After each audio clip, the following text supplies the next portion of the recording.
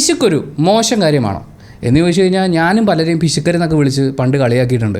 എന്തിനീ പൈസയ്ക്ക് ഇങ്ങനെ സമ്പാദിച്ച് വെച്ചിട്ട് ഉള്ള സമയമൊക്കെ ഉള്ള പൈസ മുഴുവൻ സ്പെൻഡ് ചെയ്ത് സന്തോഷിക്കാമെന്നൊക്കെ പറഞ്ഞിട്ടുമുണ്ട്.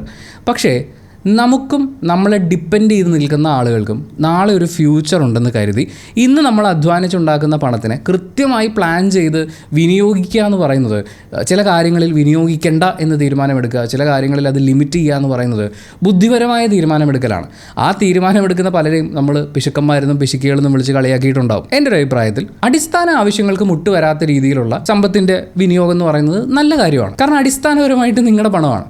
അത് എങ്ങനെ സ്പെൻഡ് ചെയ്യേണ്ടാതിരിക്കണം എന്നൊക്കെയുള്ളത് നമ്മുടെ മാത്രം തീരുമാനമാണ്. ഇപ്പോൾ നമുക്ക് വൈകിട്ടൊരു ചായ കുടിക്കണം, ചിലപ്പോൾ തൊട്ടപ്പുറത്തെ തട്ടുകടയിൽ 10 രൂപയ്ക്ക് ചായ കിട്ടുന്നുണ്ടാവും. കുറച്ചും കൂടി മാറിയിട്ട് ഒരു കഫേയിൽ ചിലപ്പോൾ 25 രൂപയുടെ ചായ കിട്ടുന്നുണ്ടാവും. കുറച്ചും കൂടി അപ്പുറത്തേക്ക് പോയി കഴിഞ്ഞാൽ ഒരു AC റൂമിൽ കയറിയിരുന്ന് നമുക്ക് ചായ കുടിക്കാൻ പറ്റും.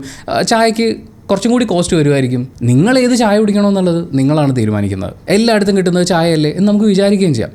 പക്ഷേ 10 രൂപയുടെ ചായ കുടിച്ചതിന് ശേഷം 25 രൂപയുടെ ചായ കുടിക്കുന്നവരൊക്കെ അനാവശ്യ ചെലവാണ് നടത്തുന്നത് എന്നുള്ളൊരു വിലയിരുത്തൽ ഉണ്ടാവുന്നതും 10 രൂപയുടെ ചായ കുടിച്ച ഞാനൊരു മിടുക്കനായി മാറി എന്ന് പറയുന്ന രീതിയിലുള്ള ചിന്തകളും അതിനോട് എനിക്ക് വിയോജിപ്പുണ്ട്. കാരണം 10 രൂപയുടെ ചായ കുടിച്ച നിങ്ങളും 25 രൂപയുടെ ചായ കുടിച്ച ആളും തമ്മിൽ ചിലപ്പോൾ അറ്റ്മോസ്ഫിയറിൻ്റെ വ്യത്യാസം ഉണ്ടാവും. അയാൾ ഇരുന്ന് കുടിച്ചിട്ടുണ്ടാവും, നിങ്ങൾ നിന്ന് കുടിച്ചിട്ടുണ്ടാവും. അവിടെ ചിലപ്പോൾ പാലിൻ്റെ ക്വാളിറ്റിയിൽ വ്യത്യാസം ഉണ്ടാവും, ചായപ്പൊടിയുടെയും മറ്റ് പല കാര്യങ്ങളിലും വ്യത്യാസങ്ങളുണ്ടാവും. ചിലപ്പോൾ ടേസ്റ്റ് തന്നെ കൂടുതലുണ്ടായിരുന്നു വരും. കൺസിസ്റ്റൻ്റ് ആയ ഒരു ടേസ്റ്റ് ആ ചായക്കടയ്ക്ക് നിലനിർത്താൻ പറ്റുന്നുണ്ടാവും. അവരുടെ കസ്റ്റമേഴ്സിന് അവർക്ക് സാറ്റിസ്ഫൈ ചെയ്യാൻ പറ്റുന്നുണ്ടാവും. അപ്പോൾ ആ ബ്രാൻഡിങ്ങിന് അവരിടുന്ന പൈസയാണ് നിങ്ങൾ കൊടുക്കുന്നതിൽ നിന്ന് കൂടുതലുള്ള 15 രൂപ. അത് കൊടുത്ത് കുടിക്കാൻ ഒരാൾ തയ്യാറാവുന്നുണ്ടെങ്കിൽ ആയിക്കോട്ടെ. ആ തയ്യാറാവുന്ന ആളെ കുറച്ച് കാണുക, അല്ലെങ്കിൽ അങ്ങനെ കൊടുക്കാത്തതുകൊണ്ട് ഞാനെന്തോ മിടുക്കനായി എന്ന് പറയുന്ന ചിന്ത, അതിനോടുള്ളൊരു വിയോജിപ്പ് ഇപ്പോൾ പ്രകടിപ്പിക്കാനുള്ളൊരു കാരണം എന്ന് പറയുന്നത്, ഞാൻ ആക്സിഡൻ്റലി സ്ക്രോൾ ചെയ്ത് പോയപ്പോൾ ഇൻസ്റ്റാഗ്രാമിൽ ഒരു റീല് കണ്ടു. അവർ ഹാൻഡ് പ്രിൻറ്റഡ് ആയിട്ട് ഡ്രസ്സസിൽ ഹാൻഡ് പ്രിൻറ്റഡ് ആയിട്ട് ഡിസൈൻസ് വരയ്ക്കുന്ന ഒരു ടീമാണ്. അവരുടെ ഒരു സങ്കടം പങ്കുവെക്കുകയായിരുന്നു. ആ സങ്കടത്തിലേക്ക് കടക്കുന്നതിന് മുമ്പ് ഈ ഷർട്ട് നമ്മുടെ ചാനൽ സ്ഥിരമായി കാണുന്ന ആളുകളാണെങ്കിൽ ഞാൻ പല വീഡിയോസിലും ഇട്ട് കണ്ടിട്ടുണ്ടാവും. ഏറ്റവും ആദ്യം ഞാനിത് ഇടുന്നത് പുഷ്പയുടെ റിവ്യൂ വീഡിയോയിലാണ്. ഒരുപാട് പേര് ഈ ഷർട്ട് എവിടെ നിന്നാണെന്നൊക്കെ ചോദ്യങ്ങൾ ചോദിച്ചിട്ടുണ്ടായിരുന്നു. ഞാൻ ഇത് ഇല എന്ന് പറയുന്ന എൻ്റെ സീനിയറായിരുന്ന വിനീത, അവരൊരു ഹാൻഡ് പ്രിൻറ്റിങ് ബൊട്ടീക്ക് സ്വന്തമായിട്ട് സ്റ്റാർട്ട് ചെയ്തു. അപ്പോൾ അവരുടെ കയ്യിൽ നിന്ന് ഞാനായിട്ട് എനിക്ക് ഈ ഡിസൈൻ വേണമെന്ന് പറഞ്ഞ് ചെയ്യിപ്പിച്ചെടുത്തതാണ്. ഇതിന് ഞാൻ 2130 രൂപ, അതിൽ കൂടുതൽ വിലയുണ്ട്. അവരെൻ്റെ സീനിയർ ആയതുകൊണ്ട് എന്നോടുള്ള സ്നേഹം കൊണ്ട് ഡിസ്കൗണ്ടൊക്കെ തന്നിട്ട് അത്രയും പൈസ കൊടുത്താണ് ഞാൻ ഈ ഷർട്ട് വാങ്ങിച്ചത്. പക്ഷേ ഈ ഷർട്ട് ഇട്ട് ഞാൻ ചെയ്തിട്ടുള്ള എല്ലാ വീഡിയോസിൻ്റെയും താഴെ അവരുടെ കോൺടാക്ട് ഡീറ്റെയിൽസ് ആഡ് ചെയ്തിട്ടുണ്ട്. അത് എന്തുകൊണ്ടാണെന്ന് ചോദിച്ചു കഴിഞ്ഞാൽ, ഞാൻ കൊടുത്ത പൈസയേക്കാൾ മൂല്യം ഇതിനുണ്ട് എന്നെനിക്ക് ഫീൽ ചെയ്തതുകൊണ്ടാണ്. കാരണം ഈ കാണുന്നത് ഒരു മെഷീൻ പ്രിൻ്റൊന്നുമല്ല, അവരിരുന്ന് വരച്ചുണ്ടാക്കിയതാണ്. ഒരു ആർട്ടിസ്റ്റിൻ്റെ കയ്യൊപ്പ് പതിഞ്ഞിട്ടുള്ള ഒരു സാധനമാണ് ഞാൻ ഇടുന്നത്. ഞാൻ കൊടുത്ത തുകയേക്കാളും ഇതിന് വാല്യൂ ഉണ്ടെന്ന് ഞാൻ വിശ്വസിക്കുന്നുണ്ട്. വിനീത് അവർ സാരിയിലൊക്കെയാണ് കൂടുതലും ആ സമയത്ത് ഡിസൈൻ ചെയ്തിരുന്നതെന്നാണ് എൻ്റെ ഓർമ്മ. ഈ മലയാള അക്ഷരങ്ങളൊക്കെ സാരിയിൽ എഴുതിയിട്ട്, ഇതെല്ലാം കൈകൊണ്ട് ചെയ്യുന്ന പരിപാടിയാണ്. അതിൻ്റെ വീഡിയോസൊക്കെ ഞാൻ കണ്ടിട്ടുണ്ടായിരുന്നു. അപ്പോൾ എനിക്കൊരു സ്പെഷ്യൽ ഷർട്ട് വേണമെന്ന് തോന്നിയപ്പോൾ വേറെ ആരെയും വിളിക്കാൻ തോന്നിയില്ല, വിനീതനെ വിളിച്ചു. അവരെനിക്കത് ചെയ്തു തന്നു. ഷർട്ടിൻ്റെ ക്വാളിറ്റി നല്ലതാണ്, പ്രിൻറ്റിങ് ക്വാളിറ്റി നല്ലതാണ്. എത്രയോ തവണ ഞാനിത് വാഷ് ചെയ്തു.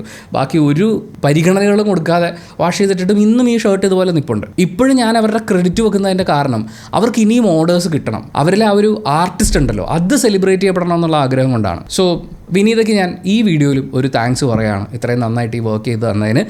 നമ്മളിപ്പോൾ കാണാൻ പോകുന്നൊരു വീഡിയോ രാജേന്ദ്ര പ്രസാദ് എന്ന് പറയുന്ന ഒരാൾ ഇൻസ്റ്റാഗ്രാമിൽ പോസ്റ്റ് ചെയ്തിട്ടുള്ള വീഡിയോ ആണ്.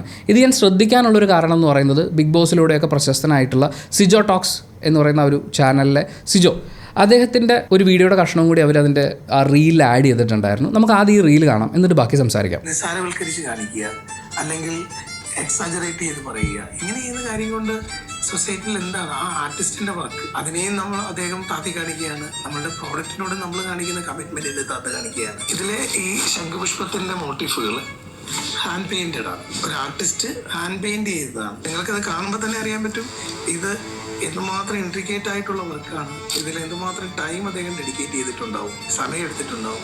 അതിനെയൊക്കെ അബ്യൂസ് ചെയ്യുന്ന പോലെയുള്ള രീതിയിലുള്ള കോണ്ടന്റ് ആണ് ഇത്. ഇട്ട എന്ന് പറയാൻ 100 കണക്കിന് കസ്റ്റമേഴ്സ് ഉണ്ട്, ഹാപ്പി കസ്റ്റമേഴ്സ് ഉണ്ട്. അതിനെ നിസ്സാരവൽക്കരിക്കുന്ന ഇതേപോലെയുള്ള എന്താ പറയുക ഇത്തിൽക്കണ്ണികൾ എന്ന് ഞാൻ പറയാൻ പറ്റും. റൈറ്റ്, അവർക്കായിട്ട് നല്ലൊരു കോണ്ടന്റ് ഉണ്ടാക്കാൻ കഴിവില്ലാത്ത ആൾക്കാർ ഇങ്ങനെയുള്ള കാര്യങ്ങൾ കണ്ടുപിടിച്ചിട്ട് അതിനെ ഡീഗ്രേഡ് ചെയ്യുക ഒരു അപജയമാണത്. ആക്ച്വലി സബ്ജക്റ്റ് ഇല്ലാതെ ഒരു അപജയം. സൊസൈറ്റിയിൽ ഇങ്ങനെയുള്ള ഒരു ഇൻഫ്ലുവൻസേഴ്സ് എന്ന് പറയാൻ പറ്റില്ല, അവർ വേറെന്തെങ്കിലും പേരിലാണ് പറയുന്നത്. അവർ അപജയമാണ് ഉണ്ടാക്കുന്നത്. ഇതൊരു ഡിസൈനാണ്. ഇത് ചുമ്മാ നിങ്ങൾ വരച്ചു വെച്ചേക്കല്ല.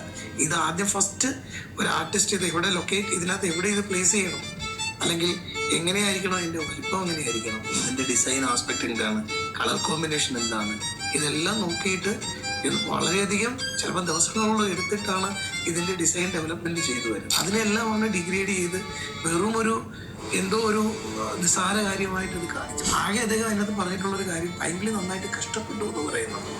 അതെങ്കിലും കേട്ടതിന് വളരെ സന്തോഷം. അപ്പോൾ ഇത്രയും പെയിൻഫുൾ ആയിട്ടൊരു മനുഷ്യൻ സംസാരിക്കുമ്പോൾ അതെന്താണ് എന്നറിയാനുള്ളൊരു ആകാംക്ഷ ഉണ്ടായിരുന്നു. byhand.in എന്നാണ് ഇവരുടെ ഇൻസ്റ്റാഗ്രാം ഹാൻഡിൽ. അവരുടെ വെബ്സൈറ്റിലേക്ക് പോകുന്ന സമയത്ത് അവർ ഓഫർ ചെയ്യുന്ന പ്രോഡക്റ്റ്സ് എന്താണ് എന്നവർ കൃത്യമായിട്ട് കൊടുത്തിട്ടുണ്ട്. V offer A curated collection of hand crafted ethnic clothing for women, men and children. Our garments celebrate Indian craftsmanship through traditional techniques like hand block printing, natural dyeing and hand weaving designed in a contemporary style. അതായത് ഇവർ ഈ ഓരോ ഡ്രസ്സും hand പിക്ക് ചെയ്ത് traditional ആയിട്ടുള്ള സ്റ്റൈലിൽ അത് paint ചെയ്ത്, ഇതൊന്നും മറ്റേ മെഷീൻസ് വെച്ച് ചെയ്യുന്നതല്ല, നമ്മുടെ പരമ്പരാഗത രീതിയിൽ, അവരുടെ പരമ്പരാഗത രീതിയിൽ ഏറ്റവും മനോഹരമായ ഔട്ട്പുട്ട് കൊടുക്കാൻ വേണ്ടിയിട്ട് ഹാർഡ് വർക്ക് ചെയ്യുകയാണ്. ഇവിടെ നമ്മൾ ഓരോ ആർട്ടിസ്റ്റിനെ അല്ല കാണുന്നത്. ഇത് സെലക്ട് ചെയ്യുന്ന ആളുകളുണ്ട്, ഇതിൻ്റെ സ്റ്റൈലിംഗ് തീരുമാനിക്കുന്ന ആളുകളുണ്ട്, ഈ പെയിൻറ്റ് ചെയ്യുന്ന ആളുകളുണ്ട്, ഇതിലെ തീരുമാനങ്ങൾ എടുക്കുന്ന ആളുകളുണ്ട്, ഇതിൽ ഇൻക്ലൂഡിങ് ഇതിൻ്റെ മാർക്കറ്റിംഗ് ചെയ്യുന്ന ആളുകൾ. ഇത്രയും ആളുകളുടെ എഫേർട്ടിൽ നിന്നാണ് അദ്ദേഹം ഈ കാണിക്കുന്ന ഒരു ഡിസൈൻ അവർ അപ്രൂവ് ആക്കി അവരുടെ വെബ്സൈറ്റിൽ സെയിലിന് വരുന്നത്. ഞാനിത് വെബ്സൈറ്റിൽ കയറി നോക്കിയപ്പോൾ 2450 രൂപയാണ് അവർ ഈ ഷർട്ടിന് ഇട്ടിട്ടുള്ള വില. മെറ്റീരിയൽ കോട്ടൺ ആണ്, ക്രാഫ്റ്റ് ബ്ലോക്ക് പ്രിൻ്റ് ആണ്. ഇത് ധരിക്കേണ്ട ഒക്കേഷൻ കൂടി കൊടുത്തിട്ടുണ്ട്, ഫെസ്റ്റീവ് ആൻഡ് എത്നിക് വെയർ. ഇത്രയും ഡീറ്റെയിലിംഗ്, അതായത് ഇത് ഇന്ന കാര്യത്തിന് വേണ്ടിയാണ് നമ്മൾ ഡിസൈൻ ചെയ്യുന്നത്, ഇത് ഇങ്ങനെയാണ് ഇതിൻ്റെ ഔട്ട്പുട്ട് വരേണ്ടത്, നമ്മൾ ഉപയോഗിക്കുന്ന മെറ്റീരിയൽസ്, ഇപ്പോൾ പെയിൻറ്റ് ചെയ്യുന്ന മെറ്റീരിയലും വളരെ ഇമ്പോർട്ടൻ്റ് ആണ്. അത് ചിലപ്പോൾ വാഷ് ചെയ്ത് ഉടനെ പോകുന്നതോ അങ്ങനെയൊന്നും ആവാൻ പാടില്ല. അപ്പോൾ അത്രയും ശ്രദ്ധയോടുകൂടി ഇത് ഏത് ഇവൻറ്റിൽ ആര് ധരിക്കുന്നു എന്നുള്ള കാര്യം വരെയും കാൽക്കുലേറ്റ് ചെയ്തിട്ടാണ് ഇവരിങ്ങനെ ഒരു ഡിസൈൻ പ്രിൻറ്റ് ചെയ്തിറക്കുന്നത്. അതിന് അവരിട്ടിരിക്കുന്ന വില 2450 രൂപയാണ്. നമ്മുടെ നാട്ടിലെ കാര്യം എടുത്ത് നോക്കുകയാണെങ്കിൽ ഇപ്പോൾ മുട്ടിന് ബൊട്ടീക്കുകളുണ്ട്, ഒരുപാട് ബൊട്ടീക്സ് ആരംഭിക്കുന്നുണ്ട്, എല്ലാവരും ടാലൻ്റുള്ള ആളുകളൊക്കെ തന്നെയാണ്. പക്ഷേ പ്രശ്നം എന്താണെന്ന് വെച്ച് കഴിഞ്ഞാൽ വളരെ യുണീക്കായിട്ടുള്ള, ഒരുപാട് ശ്രദ്ധ പിടിച്ചു പറ്റാൻ പറ്റുന്ന നല്ല ഡിസൈൻസ് ഉണ്ടാവുക എന്നുള്ളതാണ് ഇവിടുത്തെ ഏറ്റവും വലിയ വെല്ലുവിളി. ഇവരും ഈ സംസാരത്തിൽ നിന്ന് നമുക്ക് മനസ്സിലാവുന്നത് യുണീക്കായൊരു ഡിസൈൻ അവതരിപ്പിക്കുക, അത് ശ്രദ്ധ പിടിച്ചു പറ്റുക എന്നുള്ളതാണ് ഇവർ നേരിടുന്ന ഏറ്റവും വലിയൊരു ചലഞ്ച്. ആ ചലഞ്ചിൽ അവർ സക്സസ്ഫുൾ ആയി എന്നുള്ളതാണ് അവരുടെ ആ സംസാരത്തിൽ നമുക്ക് മനസ്സിലാവുന്നത്. അതുകൊണ്ട് തന്നെ ആയിരിക്കുമല്ലോ സിജോ ആ ഒരു കോസ്റ്റ്യൂം, ആ റീലിലേക്ക് നമുക്ക് വരാം. ഇപ്പോൾ ഇവിടുത്തെ കേസിൽ ശംഖുപുഷ്പമാണ്. ശംഖുപുഷ്പം എങ്ങനെ വേണമെങ്കിലും വരയ്ക്കാം, ഒരൊറ്റ പുഷ്പം മാത്രമായിട്ട് വരച്ച് വെക്കാം, രണ്ടിലയും പരിപാടിയൊക്കെ ആയിട്ട്. അല്ലെങ്കിൽ ഈ വീഡിയോയിൽ നമ്മൾ കാണുന്ന ആ ഷർട്ടിലുള്ള പോലത്തെ ഒരു ഡിസൈൻ ചെയ്യാം, ചുറ്റി ചെയ്യാം, പല രീതിയിൽ ചെയ്യാൻ പറ്റും. അതെങ്ങനെ വേണമെന്ന് തീരുമാനിക്കുന്നത്, ആ തീരുമാനം ഒരു നല്ല ടാലൻറ്റിൽ നിന്ന് വരുന്നതാണ്. ഒരു നല്ല ഡിസൈനർ അതിൻ്റെ പാറ്റേൺ വരച്ചുണ്ടാക്കുന്നതാണ്. അതിനുശേഷം അവർക്ക് വേണമെങ്കിൽ ഇത് മെഷീനിൽ പ്രിൻ്റ് ചെയ്യാം, അതല്ലെങ്കിൽ ഹാൻഡ് പ്രിൻ്റ് ചെയ്യാം. ഇവർ ഈ കൈകൊണ്ട് ഇത് വരച്ച് പെയിൻറ്റ് ചെയ്തെടുക്കുക എന്ന് പറയുമ്പോൾ ഇവിടുത്തെ ഏറ്റവും വലിയ വെല്ലുവിളി നിങ്ങൾ തന്നെ ആലോചിച്ചു. ഒരു മനുഷ്യൻ ഒരു ഡ്രസ്സിൻ്റെ പുറത്തങ്ങ് ഇരിക്കുകയാണ്, ഇത് വൈറ്റ് കളർ ഡ്രസ്സാണ്, അങ്ങോട്ടോ ഇങ്ങോട്ടോ കളറൊന്ന് മാറിപ്പോയാൽ, കൈ ഒന്ന് തെന്നിപ്പോയി കഴിഞ്ഞാൽ തീർന്നു. ആ മെറ്റീരിയൽ തന്നെ, അതായത് ആ ഒരൊറ്റ പീസ് മൊത്തത്തിലെടുത്ത് മാറ്റേണ്ടി വരും. നമ്മളീ പറയുന്ന 600, 700, 800 ചിലപ്പോൾ അതിൽ കൂടുതലൊക്കെ വില വരുന്ന ഒരു ഷർട്ടാണ്.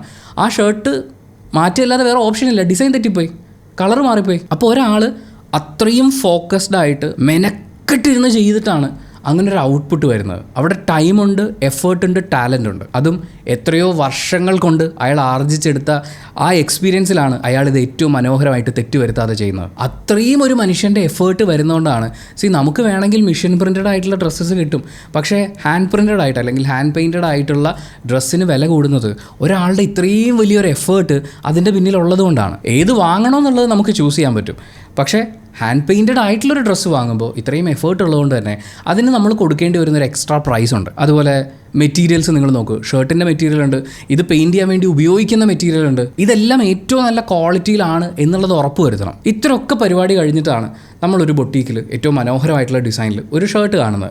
ഇനി അടുത്ത കാര്യത്തിലേക്ക് വരുന്നതിന് മുമ്പ് സിജോ ചെയ്തിട്ടുള്ള ആ റീല് അത് നമ്മളൊന്ന് കാണണം. ഹായ് ഗൈസ്, ഞാൻ ഇട്ടിരിക്കുന്ന ഈ ഷർട്ട് കണ്ടോ? ഈ ഷർട്ടിന്റെ പിന്നിൽ ഒരു ചെറിയ സ്റ്റോറി ഉണ്ട്. ഞാൻ ഈ ഷർട്ട് ആദ്യം കാണുന്നത് ഒരു ഓൺലൈൻ വെബ്സൈറ്റിലായിരുന്നു. അതിന്റെ വില കണ്ടപ്പോഴത്തേക്കും ഞെട്ടിപ്പോയി. 2650 രൂപ. പെട്ടെന്ന് എന്റെ ഉള്ളിലെ മലയാളി അങ്ങോട്ട് ഉണർന്നു.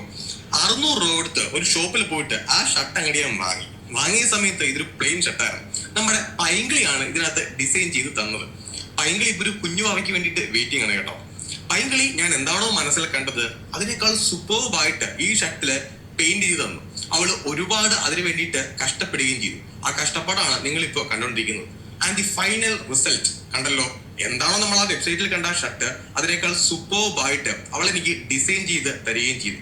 ഏതാണ്ട് 2000 രൂപയോളം ഞാൻ ലാഭിക്കുകയും ചെയ്തു. ഇതാണ് ആ ഷർട്ടിന്റെ പിന്നിലുള്ള കഥയും. 2650 രൂപയ്ക്ക് വെബ്സൈറ്റിൽ വിൽക്കാൻ വെച്ചിരുന്ന ഷർട്ട് എന്നിലെ മലയാളി ഉണർന്നു എന്ന് വെച്ചാൽ എന്നിലെ പിശുക്കൻ ഉണർന്നു എന്നുള്ള ആംഗിളിൽ തന്നെയായിരിക്കും. അങ്ങനെ ഞാൻ പോയി 600 രൂപയ്ക്ക് ഷർട്ട് വാങ്ങിച്ചു. എന്നിട്ട് പൈങ്കിളിയെ കൊണ്ട് പെയിൻറ് ചെയ്യിച്ചു. പൈങ്കിളി ആരാണ് എന്നുള്ളത് എനിക്കറിയില്ല കേട്ടോ, ഞാൻ ഫോളോ ചെയ്യാത്തതുകൊണ്ട്.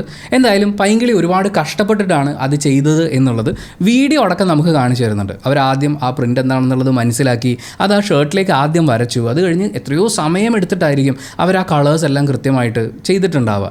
പിന്നെ ഈ ഷർട്ടിൽ കളർ അടിക്കുക എന്ന് പറയുമ്പോൾ അവർ കൃത്യമായിട്ടുള്ള കളേഴ്സ് യൂസ് ചെയ്തിട്ടുണ്ടെങ്കിൽ അവർക്ക് ഈ പരിപാടി അറിയാം. ഫാബ്രിക് പെയിൻറ്റിംഗ് എന്ന് പറയുന്നൊരു കാര്യം അവർക്ക് അറിയാമെന്ന് വേണം നമ്മൾ മനസ്സിലാക്കാൻ. അല്ലെങ്കിൽ അവരത് റിസർച്ച് ചെയ്ത് പഠിച്ചിട്ടുണ്ടാവും. സോ ഇതിനകത്ത് പഠിക്കുക എന്ന് പറയുന്നൊരു എഫേർട്ട് ഉണ്ട്, ഇത് ചെയ്യുക എന്ന് പറയുന്നൊരു എഫേർട്ട് ഉണ്ട്. പക്ഷേ ആ എഫേർട്ടിന് എന്ത് തിരിച്ചു കൊടുത്തു എന്നുള്ളത് നമ്മൾ വീഡിയോയിൽ കാണുന്നില്ല. ഒരുപാട് കഷ്ടപ്പെട്ടു എന്ന് പറയുന്നൊരു സഹതാപ വാക്ക് മാത്രമാണ് അവിടെ കാണുന്നത്. അതും പ്രഗ്നൻ്റ് ആയിട്ടുള്ള ഒരാൾ. 2650 രൂപയ്ക്ക് വെക്കാൻ വെച്ചിരുന്ന ഡിസൈൻഡ് ആയിട്ടുള്ള ഒരു ഷർട്ട് ഞാൻ 600 രൂപയ്ക്ക് ഷർട്ട് വാങ്ങിച്ച് വേറൊരാളെ കൊണ്ട് പെയിൻറ്റ് ചെയ്യിച്ചിട്ടു. അപ്പോൾ എനിക്ക് 2000 രൂപയുടെ ലാഭം കിട്ടി എന്ന് പറയുമ്പോൾ ഇവിടെ സിജോയ്ക്ക് ചെയ്യാമായിരുന്ന ഒരു കാര്യം എന്ന് പറയുന്നത് ഇൻസ്പിറേഷൻ എന്ന് പറയുന്നൊരു വാക്കുണ്ട്. ഞാനൊരു വെബ്സൈറ്റിൽ കയറി നോക്കിയപ്പോൾ നല്ല ഭംഗിയിൽ എന്ത് ഗംഭീരമായിട്ടാണ് അവർ ഡിസൈൻ ചെയ്തിരിക്കുന്നത്. അത് കണ്ടു കഴിഞ്ഞപ്പോൾ എനിക്കൊരു ആഗ്രഹം തോന്നി. പക്ഷേ അത്രയും പ്രൈസ് കൊടുത്ത് അത് വാങ്ങാൻ പറ്റുമെന്ന് എനിക്ക് തോന്നിയില്ല. ഞാൻ അതുകൊണ്ടൊരു ഷർട്ട് സംഘടിപ്പിച്ചു. ഞാൻ പൈങ്കിളിയോട് ചോദിച്ചു എനിക്കിതൊന്ന് ചെയ്തു തരാമോ. എന്നോടുള്ള സ്നേഹത്തിൻ്റെ പുറത്ത് എനിക്ക് അവളത് ചെയ്തു തന്നു. ആ മനോഹരമായിട്ടുള്ള ഡിസൈനിൽ നിന്ന് ഇൻസ്പയർഡ് ആയിട്ട് അവൾ എനിക്ക് നന്നായി ഒരു കാര്യം ചെയ്തു തന്നു. ഈ ഷർട്ട് എനിക്ക് നന്നായി ചേരുന്നുണ്ട്, സന്തോഷം എന്ന് പറഞ്ഞ് വെക്കുമ്പോൾ അപ്പുറത്തെ സൈഡിലൊരു ആർട്ടിസ്റ്റ് ഉണ്ട്. 2650 രൂപയുടെ ഈ ഷർട്ട് ഡിസൈൻ ചെയ്തിട്ടുള്ള, ഇതിനു വേണ്ടി അഹോരാത്രം പണിയെടുത്തിട്ടുള്ള ഒരാൾ അല്ലെങ്കിൽ ഒന്നിൽ കൂടുതൽ ആളുകളുണ്ട്. ആ ആളുകളെ അപ്രിഷ്യേറ്റ് ചെയ്തിട്ട് അവരുടെ വർക്കിനുള്ളൊരു ട്രിബ്യൂട്ട് പോലെയാണ് ഇയാൾ ഈ കാര്യം ചെയ്യുന്നതെന്നാവും. പക്ഷേ ഇവിടെ സംഭവിക്കുന്നത് ആ 2000 രൂപ ലാഭിച്ചിട്ട് അതിനേക്കാൾ നന്നായി എനിക്ക് പൈങ്കിളി ചെയ്തു തന്നു. അതായത് ആ ഡിസൈനറിൻ്റെ വർക്കിനേക്കാൾ ഈസി ആയിട്ട് നമുക്ക് ഫ്രീ ആയിട്ട് ഇവിടെ കിട്ടുമെന്ന് പറയുമ്പോൾ ഇവിടെ ഒരുപാട് കാര്യങ്ങൾ അപമാനിക്കപ്പെട്ടു എന്നെനിക്ക് തോന്നി. ഒന്ന് ആ ആർട്ടിസ്റ്റാണ്, അയാളുടെ സമയമാണ്. നമ്മുടെ നാട്ടിലൊരു വലിയ പ്രശ്നം എന്ന് പറയുന്നത് നമ്മൾ ഈ ബാക്കിയുള്ളവൻ്റെ സമയത്തിന് പലപ്പോഴും ഇമ്പോർട്ടൻസ് കൊടുക്കാറില്ല. പ്രത്യേകിച്ച് ഈ കൈകൊണ്ട് പണിയെടുക്കുന്ന ആളുകളുണ്ടല്ലോ, അല്ലെങ്കിൽ ടെക്നിക്കലി ഒരു കാര്യം പഠിച്ചിട്ട് ചെയ്യേണ്ട ആളുകൾ, ഇവരൊക്കെയാണ് നമ്മുടെ നാട്ടിൽ ഏറ്റവും കൂടുതൽ മുതലെടുക്കുന്നത്. ഞാൻ റേഡിയോയിലൊക്കെ വർക്ക് ചെയ്യുന്ന സമയത്ത് നമ്മളൊരു വീഡിയോ ഒക്കെ എടുത്ത് ഷൂട്ട് ചെയ്ത് എഡിറ്റ് ചെയ്തൊക്കെ വരേണ്ട ഒരു സിറ്റുവേഷൻ വരുമ്പോൾ ചില ആൾക്കാരെയൊക്കെ ഇങ്ങനെ ഹയർ ചെയ്യുന്ന സമയത്ത് പലപ്പോഴും പറഞ്ഞു കേട്ടിട്ടില്ല, ആ പിള്ളേരെ വിളിച്ചാൽ മതിയെന്നേ, അവരാകുമ്പോൾ ഒരു 1000 രൂപയ്ക്ക് അത് ഷൂട്ട് ചെയ്ത് എഡിറ്റ് ചെയ്ത് ഇങ്ങ് തരും. ഞാൻ നോക്കുമ്പോൾ ഇവന്മാർ വരുന്നത് 2-2.5 ലക്ഷം രൂപയുടെ ക്യാമറ ആയിട്ടാണ്. ആ പിള്ളേർക്ക് അവർ ചെയ്യുന്ന വർക്കിൻ്റെ ഗംഭീര ഔട്ട്പുട്ടാണ് തരുന്നത്. ആ പിള്ളേർക്ക് അവർ ചെയ്യുന്ന വർക്കിന് ഇത്ര രൂപയുണ്ട് എന്ന് പറഞ്ഞത് വാങ്ങാൻ അറിയില്ല.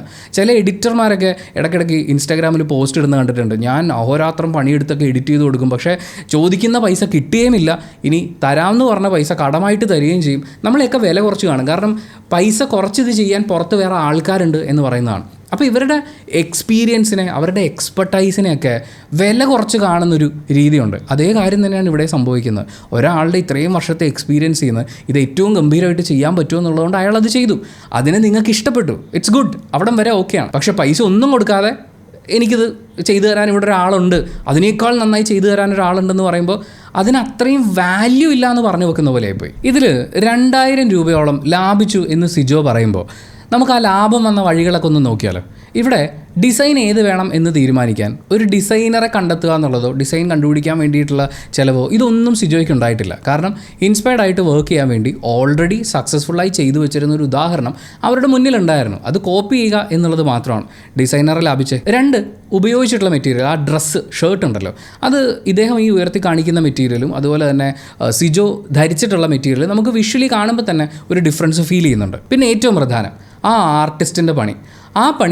ആ ആർട്ടിസ്റ്റിനെ കൊണ്ട് ചെയ്യിക്കുന്നതിന് പകരം പൈങ്കിളിയെ കൊണ്ട് ചെയ്യിച്ചു എന്നാണ് പറയുന്നത്. 600 രൂപയേ ആയുള്ളൂ, അല്ലെങ്കിൽ 650 രൂപയെ എൻ്റെ കയ്യിൽ നിന്ന് ചിലവായുള്ളൂ എന്ന് പറയുമ്പോൾ പൈങ്കിളിക്ക് പൈസ കൊടുത്തിട്ടില്ല എന്ന് വേണം നമ്മൾ മനസ്സിലാക്കാൻ. പൈസ ഇല്ലാതെ ഒരാൾ നമുക്ക് വേണ്ടി വർക്ക് ചെയ്ത് തരുന്നുണ്ടെങ്കിൽ അത് സ്നേഹത്തിൻ്റെ പുറത്താണല്ലോ. ഈ സ്നേഹത്തിന് നമ്മൾ എങ്ങനെയാണ് വിലയിടുക? അപ്പോൾ ആ പൈസയും സിജോയ്ക്ക് ലാഭമാണ്. പക്ഷേ ഈ കട നടത്തുന്ന അല്ലെങ്കിൽ ഈ ബൊട്ടീക്ക് നടത്തുന്ന ആളുകൾക്ക് ആർട്ടിസ്റ്റിന് കാശ് കൊടുത്തേ പറ്റൂ. മറ്റൊരു കോസ്റ്റ് ഉണ്ട്. അത് ഈ ഷർട്ടിൽ അടിച്ചിരിക്കുന്ന പെയിൻറ്റിൻ്റെ കോസ്റ്റാണ്. അത് ഏറ്റവും നല്ല ക്വാളിറ്റിയിൽ ചെയ്ത് കഴിഞ്ഞാലാണ് ഏറ്റവും കൂടുതൽ കാലം അത് നിൽക്കുള്ളൂ, ഏറ്റവും ഭംഗിയായിട്ട് നമുക്ക് ഫീൽ ചെയ്യുള്ളൂ. കൈകൊണ്ട് തൊടുമ്പോൾ അറിയാൻ പറ്റും അവിടെയും എത്ര രൂപ ലാഭിച്ചു എന്നുള്ളത് നമുക്കറിയില്ല. ഇനിയാണ് ഒരിക്കലും നമുക്ക് ഒഴിവാക്കാൻ പറ്റാത്തൊരു വലിയ ചിലവ് വരുന്നത്. അവരൊരു ബ്രാൻഡായിട്ട് ഇത് റൺ ചെയ്യുമ്പോൾ അവർക്ക് എന്തായാലും ഒരു സ്പേസ് എടുത്തേ പറ്റുള്ളൂ. ഈ പറയുന്ന ആർട്ടിസ്റ്റുകൾക്കും പിന്നെ സ്റ്റോക്ക് എടുത്ത് വെക്കാനും മറ്റു കാര്യങ്ങൾക്കൊക്കെ ഇതൊക്കെ കമ്പ്യൂട്ടറൈസ് ചെയ്തിട്ടാണ് ഇന്ന് ഇതിൻ്റെ സെയിൽസും പരിപാടികളൊക്കെ നടക്കുന്നത്. അത് സെറ്റ് ചെയ്യണം. പിന്നെ ഈ ഡ്രസ്സസ് ധരിച്ചിട്ടുള്ള മോഡൽസിൻ്റെ ഫോട്ടോസ് വേണം. മോഡലിന് പൈസ കൊടുക്കണം, ഫോട്ടോഗ്രാഫറിന് പൈസ കൊടുക്കണം, ലൈറ്റിനും ക്യാമറയ്ക്കും റെൻറ്റ് കൊടുക്കണം. ഇതെല്ലാം കഴിഞ്ഞ് വെബ്സൈറ്റിൻ്റെ മെയിൻ്റനൻസിന് ഒരു എക്സ്പെൻസ് ഉണ്ട്. ഇത്രയൊക്കെ അവർ ഇത്രയും നാൾ കണ്ടിന്യൂസ് ആയി ചെയ്തതിൻ്റെ ഫലമായിട്ടാണ് ഈ മനോഹരമായിട്ടുള്ളൊരു ഡിസൈൻ സിജോയുടെ ശ്രദ്ധയിൽ പെടുന്നത്. സോ ഇത്രയും എക്സ്പെൻസുകൾ അവർക്ക് അവിടെ കവർ ചെയ്യാനുണ്ടായിരുന്നു. നമ്മൾ നേരത്തെ ചായക്കടയുടെ കാര്യം പറഞ്ഞില്ലേ, നിങ്ങൾക്ക് 25 രൂപയ്ക്ക് സുഖമായി ഇരുന്ന് AC-യിൽ ചായ കുടിക്കാനുള്ള ഒരു കഫേയിൽ നിങ്ങൾ പോയി ചായ കുടിക്കുമ്പോൾ ആ ചായയുടെ പൈസ മാത്രമല്ല അവരവിടെ എടുക്കുന്നത്. നിങ്ങൾക്ക് കിട്ടിയിട്ടുള്ളൊരു സർവീസ് ഉണ്ട്, നിങ്ങൾക്ക് അഷ്വർ ചെയ്യപ്പെട്ടിട്ടുള്ള ഒരു ക്വാളിറ്റി ഉണ്ട്, ആംബിയൻസ് ഉണ്ട്. ഇതിനൊക്കെ ചേർന്നിട്ടാണ് അവിടെ പൈസ കൂടുന്നത്. അതുപോലെ ഇവിടെയും ഈ 2450 രൂപയോ 2650 രൂപയോ ആ ഡ്രസ്സിന് കോസ്റ്റ് വരുന്നത് ഇത്രയും ഘടകങ്ങൾ ചേരുമ്പോഴാണ്. ഈ ഘടകങ്ങളൊക്കെ ഒഴിവാക്കിയപ്പോൾ എനിക്ക് ലാഭം കിട്ടിയെന്ന് പറയുന്നത് നമുക്ക് സന്തോഷിക്കാം. ഞാൻ അതിൽ നിന്ന് ഇൻസ്പയർഡ് ആയിട്ടൊരു വർക്ക് ചെയ്തു, എനിക്ക് ഇത്രയും പൈസ ചിലവായില്ലല്ലോ എന്നൊരു ആശ്വാസമൊക്കെ ഉണ്ട് എന്ന് പറഞ്ഞാൽ നമുക്ക് ആശ്വസിക്കാം. പക്ഷേ അതിൻ്റെ മിടുക്കാണ് എന്ന് പറയരുത്. പിന്നെ അവരാണ് തീരുമാനിക്കേണ്ടത് അവരുടെ പ്രൊഡക്റ്റ് എത്ര രൂപയ്ക്ക് വിൽക്കണം, അവിടെ വെച്ചിരിക്കുന്ന ആ ആർട്ട് പീസിന് എന്ത് വില വേണം എന്നുള്ളത് അവർ തീരുമാനിക്കും. അത് കൊടുക്കാൻ പറ്റുന്നവർ കൊടുത്താൽ മതി. അവരുടെ ബ്രാൻഡിനുള്ള വിശ്വാസ്യതയും കൂടി ചേർത്തിട്ടാണ് അവർ നിങ്ങളോട് പൈസ ചോദിക്കുന്നത്. നിങ്ങൾക്ക് ചിലപ്പോൾ അങ്ങനെ ഒരു എമൗണ്ട് കേൾക്കുമ്പോൾ അയ്യോ ഈ ഡ്രസ്സിന് ഇത്രയൊക്കെ വിലയോ എന്ന് പറയുന്നൊരു തോന്നലുണ്ടായേക്കാം. വാങ്ങണ്ട, ഇറ്റ്സ് ഈസി. നിങ്ങൾക്ക് വേണമെങ്കിൽ മെഷീൻ പ്രിൻറ്റഡ് ആയിട്ടുള്ള ഡ്രസ്സ് കിട്ടും, അല്ലെങ്കിൽ അതിനെ ഒരു ഇൻസ്പിറേഷൻ ആക്കി എടുത്തിട്ട് നിങ്ങൾ തന്നെ പോയി പെയിൻ്റൊക്കെ വാങ്ങിച്ച് സ്വന്തമായി ഇരുന്ന് അങ്ങനെ ചെയ്യാനൊന്ന് ശ്രമിച്ചു നോക്കൂ. പക്ഷേ നിങ്ങൾ ഇൻസ്പയർഡ് ആയിട്ടുണ്ടെങ്കിൽ, ഇവിടെ ഇൻസ്പയർഡ് ആയിട്ടുണ്ടല്ലോ, ഇൻസ്പയർഡ് ആയിട്ടുണ്ടെങ്കിൽ ഒരു ടോക്കൺ ഓഫ് അപ്രിസിയേഷൻ കൊടുക്കുക എന്ന് പറയുന്നത് ഒരു മിനിമം മര്യാദയാണ്. നിങ്ങളെ ഇഷ്ടപ്പെടുത്തി നിങ്ങളത് നോക്കി നിന്ന് കുറച്ച് നേരം എന്ന് പറയുമ്പോൾ അവിടെ ഒരു ആർട്ടിസ്റ്റ് വിജയിച്ചിട്ടുണ്ട്, അയാളുടെ വർക്കിനെ നിങ്ങൾ കടം കൊള്ളുകയാണ്. അപ്പോൾ ഒരു അപ്രിസിയേഷൻ അല്ലേ അവിടെ പോകേണ്ടത്. അത് സിജോയുടെ വീഡിയോയിൽ കാണാൻ പറ്റിയില്ല. സന്ദർഭവശാൽ ഇതിനോട് ചേർന്ന് നിൽക്കുന്ന മറ്റൊരു ഉദാഹരണം കൂടി പറയാം. അഹാന സിസ്റ്റേഴ്സിൽ ദിയെ ഒഴികെയുള്ള ആ പെൺകുട്ടികളും അവരുടെ അമ്മയും കൂടി ചേർന്നിട്ട് ഒരു ബൊട്ടീക്ക് ആരംഭിച്ചു. സിയ എന്നാണ് അതിൻ്റെ പേര്. അവിടെ അവർ ഒരു സാരി വിൽപ്പനയ്ക്ക് വെച്ചപ്പോൾ ആ സാരിയുടെ വില 14,999 രൂപയാണ്. പക്ഷേ ഇതേ സാരി തന്നെ ആര്യ ബഡായുടെ കാഞ്ചീവരം എന്ന് പറയുന്ന സ്റ്റോറിൽ 9,500 രൂപയ്ക്ക് അവൈലബിൾ ആണെന്ന് പറഞ്ഞ് ഒരുപാട് പോസ്റ്റുകൾ വന്നു. സോഷ്യൽ മീഡിയ മുഴുവൻ അതെടുത്ത് ആഘോഷിക്കുകയും അതിനെക്കുറിച്ച് ഒരുപാട് ചർച്ചകൾ ഉണ്ടാവുകയും ചെയ്തതാണ്. 9,500 രൂപയ്ക്ക് കിട്ടുന്ന ഒരു സാരി എന്തിനാണ് ഇവർ 14,999 രൂപയ്ക്ക് വിൽക്കുന്നത്, ഇവരിതിൽ കൊള്ളലാഭം എടുക്കുകയല്ലേ എന്നൊക്കെ ചോദിക്കുന്ന ആ ഒരു ചോദ്യങ്ങൾ വരുമ്പോൾ ഈ ചർച്ചകളിൽ ഉന്നയിക്കപ്പെട്ടിട്ടുള്ള ആശങ്കകളൊക്കെ ന്യായമാണ്. ഇത്രയും ലാഭമോ എന്ന് ചോദിക്കുമ്പോൾ ഇപ്പോൾ ആര്യബഡായുടെ സ്റ്റോറിൽ നിന്ന് നമ്മൾ അഹാന കൃഷ്ണയുടെ ഓൺലൈൻ സ്റ്റോറിലേക്ക് വരുമ്പോൾ 5,000 രൂപയോളമാണ് ഡിഫറൻസ് ഉണ്ടാകുന്നത്. പക്ഷെ നമ്മളിവിടെ ചിന്തിക്കേണ്ട ഒരു കാര്യം, ആര്യബഡായും ഇതിലൊരു ലാഭം എടുക്കുന്നുണ്ട്. കാരണം അവരൊരു ഓഫ്ലൈൻ സ്റ്റോർ റൺ ചെയ്യുകയാണ്. അപ്പോൾ അതിൻ്റെ മെയിൻ്റനൻസ്, സ്റ്റാഫിൻ്റെ പൈസ, മറ്റു കാര്യങ്ങളെല്ലാം വരുമ്പോൾ അവർ ഈ ഒരു സാരി വിൽക്കുമ്പോൾ അവർക്കും ഇതിൽ ലാഭം കിട്ടേണ്ടതാണ്. അവർ ലാഭം എടുക്കണം, അങ്ങനെയാണ് ബിസിനസ് ചെയ്യുന്നത്. അവർ വളരെ സക്സസ്ഫുൾ ആയിട്ടുള്ള ഒരു ഓൺടർപ്രണറാണ്. പക്ഷേ ആര്യബഡായി എടുക്കുന്ന ലാഭത്തിൻ്റെ അതേ മാർജിൻ മാത്രമേ അഹാന കൃഷ്ണ എടുക്കാൻ പാടുള്ളൂ എന്ന് നമുക്കിവിടെ വാശി പിടിക്കാൻ പറ്റില്ല. ഇവിടെ നമ്മൾ പ്രത്യേകം പരിഗണിക്കേണ്ട ഒരു കാര്യമുണ്ട്. നിങ്ങൾ ഓൺലൈനായിട്ട് എന്ത് സാധനം പർച്ചേസ് ചെയ്യുമ്പോഴും, പ്രത്യേകിച്ച് ഇതുപോലെയുള്ള ബ്രാൻഡുകളെ നമ്മൾ അപ്രോച്ച് ചെയ്യുന്ന സമയത്ത് അവരുടെ എബൌട്ട് അസ് എന്ന് പറയുന്നൊരു സെക്ഷനുണ്ട്. അത് കൃത്യമായിട്ടൊന്ന് വായിച്ച് നോക്കണം. അഹാന കൃഷ്ണ അവരുടെ വെബ്സൈറ്റിൻ്റെ എബൌട്ട് അസിൽ പറയുന്ന ഒരു കാര്യം എന്ന് പറയുന്നത് A limited and hand-picked collection of sarees chosen by each one of them with the same love and care they take for themselves.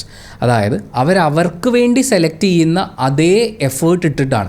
ഇപ്പോൾ അഹാന കൃഷ്ണ ആൻഡ് സിസ്റ്റേഴ്സ് അവരെല്ലാവരും സോഷ്യൽ മീഡിയയിൽ സെലിബ്രേറ്റ് ചെയ്യപ്പെടുന്ന ഒരു ഘടകം എന്ന് പറയുന്നത് അവരുടെ സ്റ്റൈലിംഗ് ആണ്. അവരെടുക്കുന്ന ഡ്രസ്സസ് അവരതെങ്ങനെ സ്റ്റൈൽ ചെയ്യുന്നു, എങ്ങനെ അത് മെയിൻറ്റെയിൻ ചെയ്യുന്നു എന്നുള്ളതാണ്.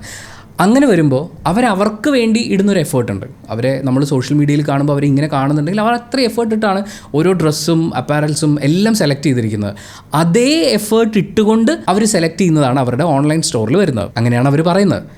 During their travels when they pick a sari for themselves why not pick a few more and make it accessible to all of you. ഇത് അവരുടെ ബ്രാൻഡിൻ്റെ എന്താണ് അവർ ചെയ്യുന്നതെന്നുള്ള എക്സാക്ട് സെൻറ്റൻസ് ആണ്.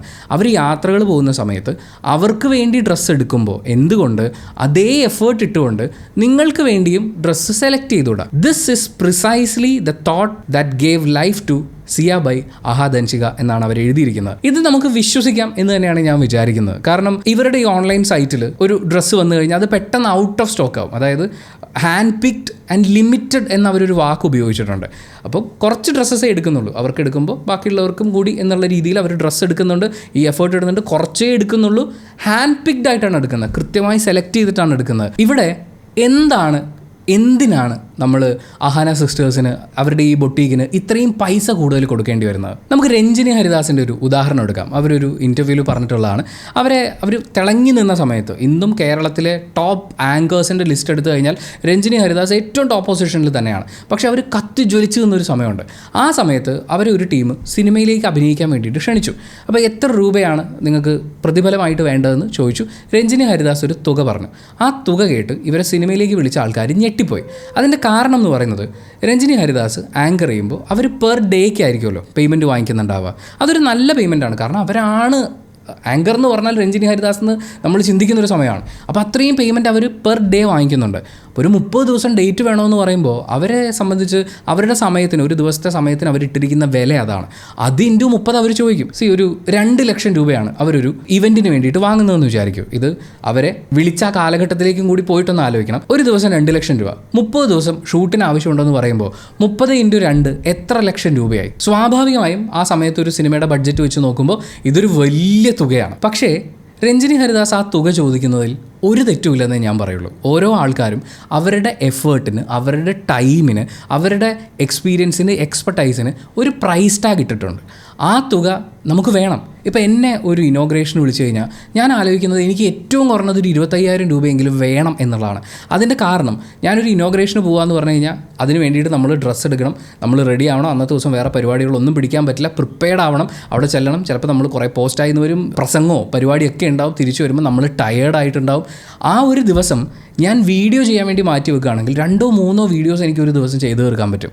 ആ വീഡിയോസ് യൂട്യൂബിൽ വരുമ്പോൾ അതിൽ നിന്ന് വരുന്ന റവന്യൂ വെച്ച് നോക്കുമ്പോൾ എനിക്ക് 25,000-ലും കൂടുതൽ ആ ഒരു ദിവസം ഉണ്ടാക്കാൻ പറ്റും. അതായത് എൻ്റെ ഒരു ദിവസത്തെ സമയത്തിന്, എൻ്റെ എഫേർട്ടിന് ഞാൻ ഇട്ടിരിക്കുന്ന വില 25,000-ന് മുകളിലാണ് ഏറ്റവും മിനിമം. അതുപോലെ തന്നെയാണ് നമ്മൾ അഹാന കൃഷ്ണയുടെ കാര്യത്തിലേക്ക് നോക്കുമ്പോൾ. ഇന്ന് മലയാളത്തിലെ ഇൻസ്റ്റഗ്രാം ഇൻഫ്ലുവൻസേഴ്സ് കം സെലിബ്രിറ്റി ലിസ്റ്റിൽ നോക്കുമ്പോൾ ഏറ്റവും ടോപ്പിൽ വരുന്ന ഒരാളാണ്.